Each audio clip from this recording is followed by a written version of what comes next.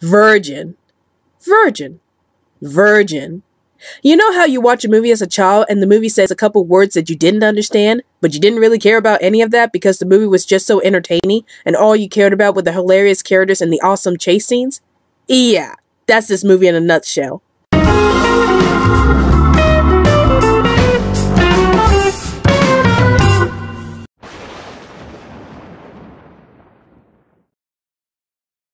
Caution. The following video is an in-depth review of the movie I'm currently reviewing, which means that there will be massive spoilers in the review.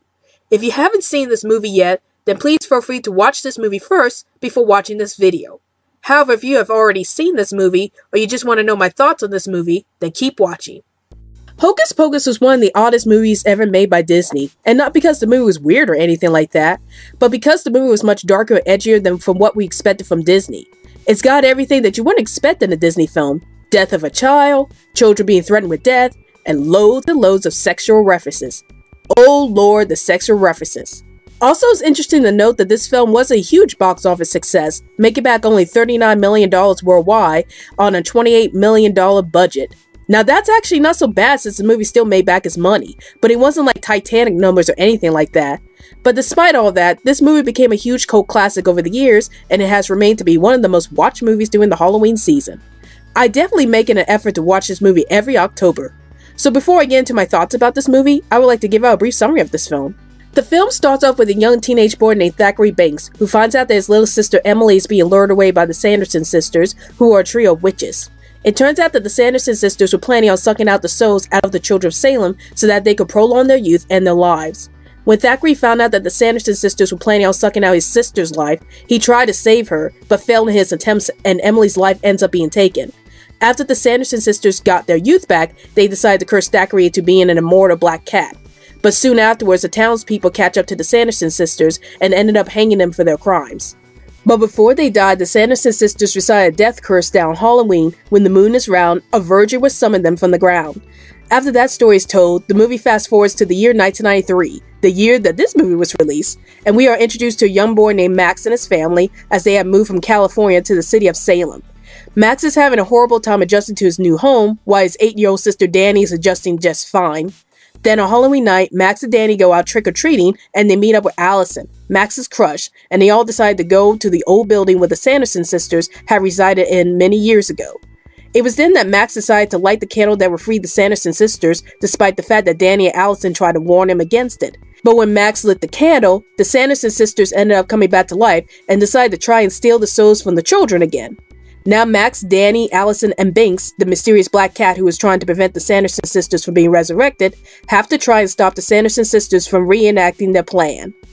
Hocus Pocus has to this day remained to be my go-to movie to watch during Halloween. It's got everything that I wanted from a Halloween movie. Witches, magical spells, horror, chase scenes, and black cats. Yeah, this movie has a black cat. Anyway, I remember when this movie premiered around the same time as Tom and Jerry the movie. Guess which movie I was terrified of? I'll give you a hint. It wasn't the movie with the 3 witches. Yeah, I was scared of the weirdest things when I was little. Anyway, when the movie first came out, I was a bit interested in seeing what this movie was all about. And when I finally sat down and watched this movie, it instantly became one of my all-time favorite Halloween movies. I just love the way that the movie managed to set a good balance between comedy and horror. I rarely see many horror comedies that balance horror comedy so effortlessly, although Beetlejuice was another horror comedy that managed to balance horror comedy extremely well. There are many humorous moments in this film, with most of the humorous moments stemming from the Sanderson sisters themselves.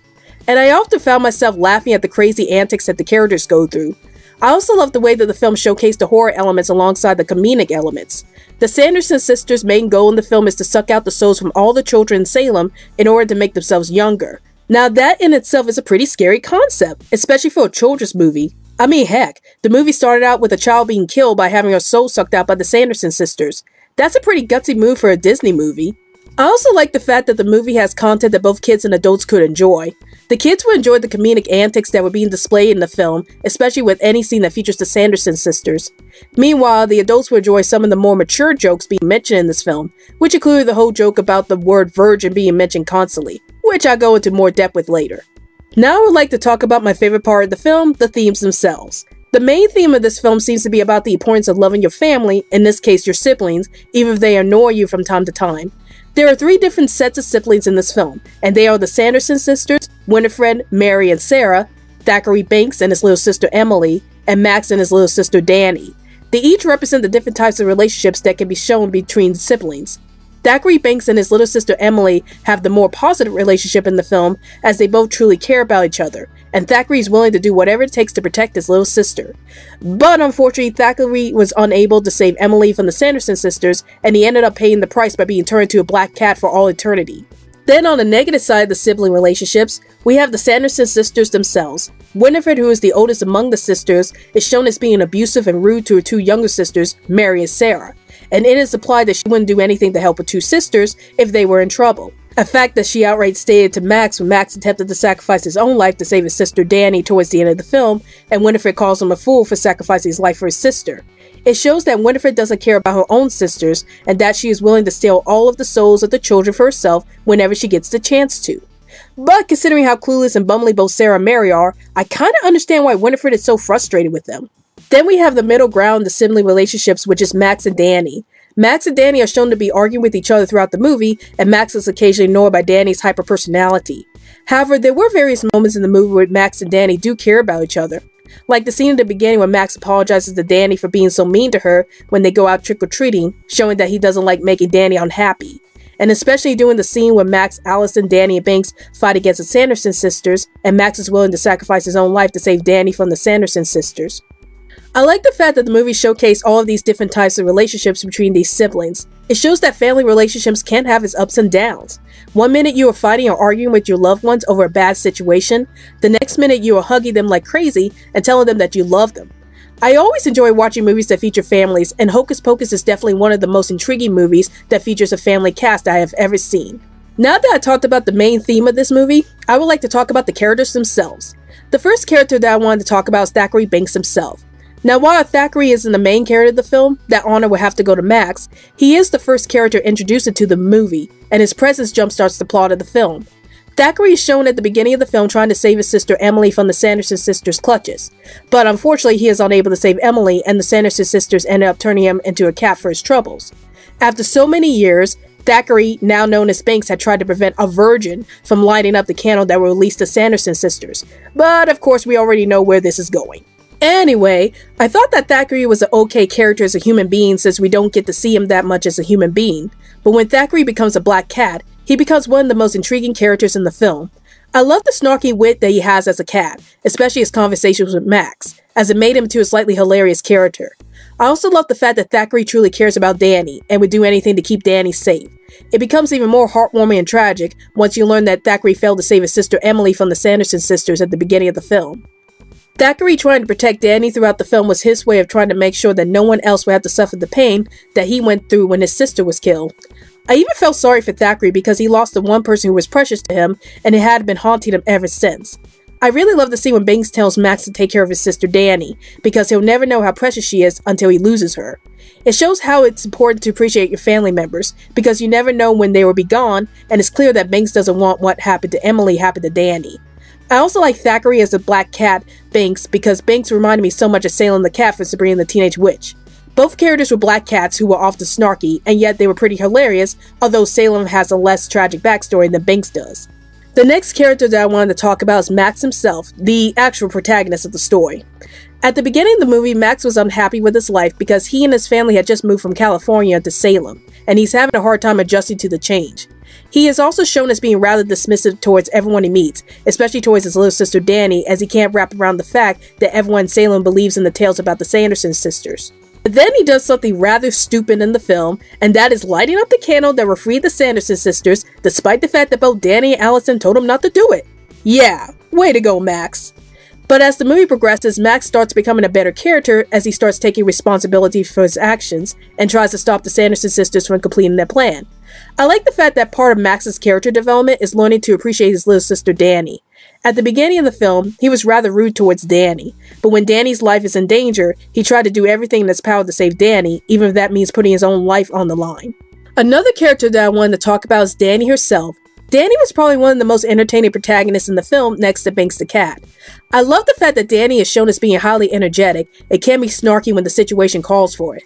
I also like the fact that she is much more well-adjusted in moving from California to Salem than Max is, and she even tells Max that he needs to stop moping around and start getting used to living in Salem. I was amazed at how daring and bold Danny is throughout the movie, as she will easily stand up to anyone, which includes a group of bullies and the Sanderson sisters themselves. Thora Birch did a fantastic job at portraying Danny, as she made Danny to such a brave and energetic character, and I enjoy all the scenes that feature her. There's not much to say about Allison, Max's love interest. She's just pretty much there because Max needed a love interest. Man, what is it with me reviewing movies where the protagonist has a love interest who doesn't really bring much to the story? Well, at least Allison knows a lot about witchcraft, and she is able to use that knowledge to take care of the Sanderson sisters. Vanessa Shaw did a pretty decent job at portraying Allison. It's just that the movie didn't really give much depth to Allison's character that could allow Vanessa Shaw to expand more her acting abilities. And finally, I would like to talk about the best characters in the film, the Sanderson sisters themselves. The Sanderson sisters were probably the most entertaining villains that I've ever seen on film. In most of the scenes that featured them, they provide most of the comedy for the film, as their crazy antics of pursuing the children are done in an over-the-top and hilarious way. I especially love the relationship between Winifred, Mary, and Sarah, as Winifred is shown as being constantly annoyed by Mary and Sarah's antics, while Mary and Sarah are shown as being totally clueless about Winifred's plans and just follow Winifred's orders. Even though I loved each sister, I would have to say that Sarah is my absolute favorite Sanderson sister. Sarah is shown as being the dimmest of the sisters, and yet she has the deadliest weapon against the children, which is singing a song that completely mesmerizes the children into walking to their deaths. This reminds the audience that despite the fact that the Sanderson sisters are truly hilarious characters, they are still dangerous and deadly, as their plan hinges on stealing the souls from all the children in Salem in order to make themselves younger and live forever. Heck, they're probably one of the few Disney villains who actually killed a child on screen. The Sanderson sisters actually remind me a bit of Beetlejuice, as Beetlejuice is also the antagonist of his own movie, but he's also the most hilarious character in the film. However, he has his moments where he can be scary if he needed to be, like the snake scene and him making a scary face to prove to the Maitlands that he can be scary. The Sanderson sisters are the same way. They are the most hilarious characters in the film, but they have moments where they are deadly, like at the beginning of the film where they kill a child, or Sarah's ability to control children using her siren-like voice. The Sanderson sisters wouldn't have been the memorable characters that they were if it weren't for the fantastic performances of Bette Midler as Winifred, Kathy Najimy as Mary, and Sarah Jessica Parker as Sarah. Each actress had brought so much energy and humor to the Sanderson sisters' characterizations, and you could tell that they were really getting into their roles, especially Bette Midler herself, as she stated that playing as Winifred was one of her all-time favorite roles. Now that I talked about the characters themselves, I would like to briefly talk about the song sequence I Put a Spell on You, which was mainly sung by Bette Midler. I Put a Spell on You is probably going to be my go-to song to play during a Halloween party, because it's got everything that I wanted to hear from a Halloween song. It's got lots of energy and horror vibes to the music, and it fits so well with the wacky and scary nature of the movie. Bette Midler was fantastic in singing this song, as she showcases her singing skills very well, as she made the song sequence into one of the most memorable scenes in the movie. Now I would like to talk about the elephant in the room, the virgin joke, because this movie will forever be remembered for the number of times that it said the word virgin. Now, what's the big deal about this movie using the word virgin so many times, you ask? Well, the whole joke about this movie using the word virgin is that it never bothered explaining to the audience about what the word virgin means. But if you look up the definition for this word, then you'll notice that its meaning is surprisingly mature for a children's movie. I would love to tell you what the word virgin means, but YouTube would probably censor me. So your best bet would be to look up the word on Google and you'll know what I mean. Or you probably already know what the word virgin means, so you won't have to do that. But anyway, when I was little, I never really thought about what the word virgin meant. I just assumed that it was a part of the movie and I didn't bother looking up the word. But then when I got older, I actually took the time to look up the word virgin and, well, I wonder how the parents in the audience would react with the word virgin being used constantly in the movie, and whether or not their kids would start asking them about what the word virgin means. I imagine that the conversation would go something like this. Mommy? Daddy? What does virgin mean? We'll explain this to you when you're older, sweetie. Yep, good luck with explaining to your kids about what virgin means. Now that I talked about what I liked about this movie, I would like to talk about some of the issues that I had with this film. For one thing, I felt that the protagonists were a bit too flat. They don't seem to have much of a personality in the film, and I found them to be a bit too boring.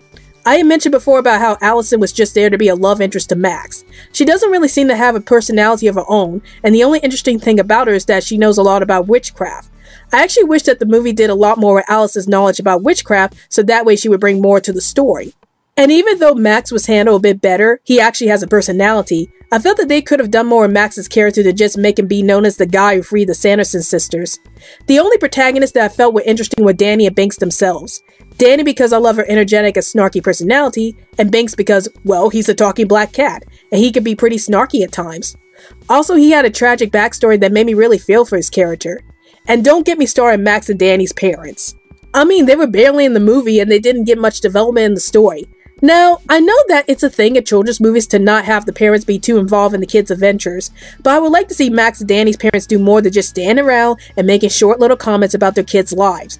I mean, come on! The Sanderson sisters were way more interesting than the protagonists, and they were the villains of this movie. Another issue that I had with this film was that I felt that we didn't know much about any of the characters. Like for example, at what point did the Sanderson sisters become witches? And why did Max and Danny move away from their home in California to Salem? Did their parents find new jobs in Salem? Or did they feel that they needed to change their lifestyles? The movie never really went into these characters' backstories, and I'm left wondering about how the characters got to where they are now. Regarding the sequel to this movie, there was a book released in July 2018 called Hocus Pocus and the all-new sequel, which takes place after the events of this movie. I actually own this book, but I haven't read it yet, so I'm not sure about what is exactly going on in this book.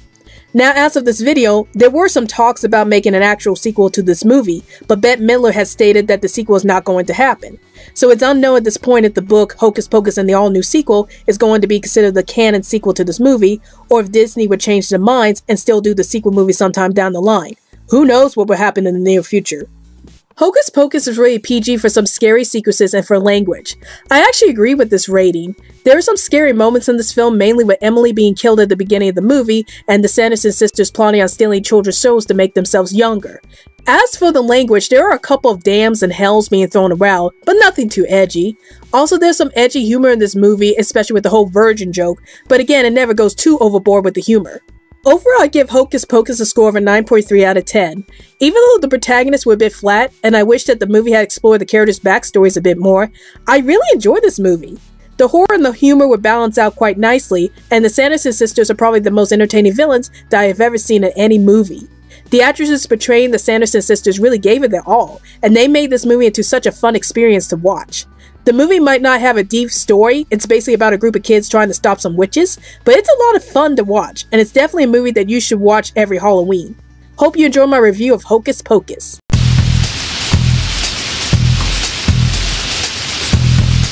Psst.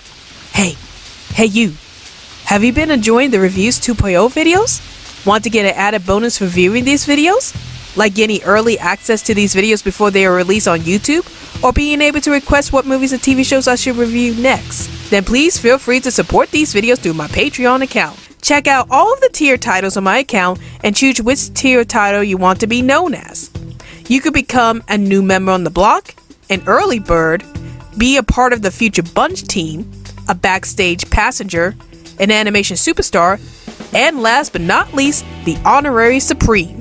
So show off your tier title name to the world once you support the Reviews 2.0 videos through Patreon. Hey guys, like this video? Then please feel free to hit that like button.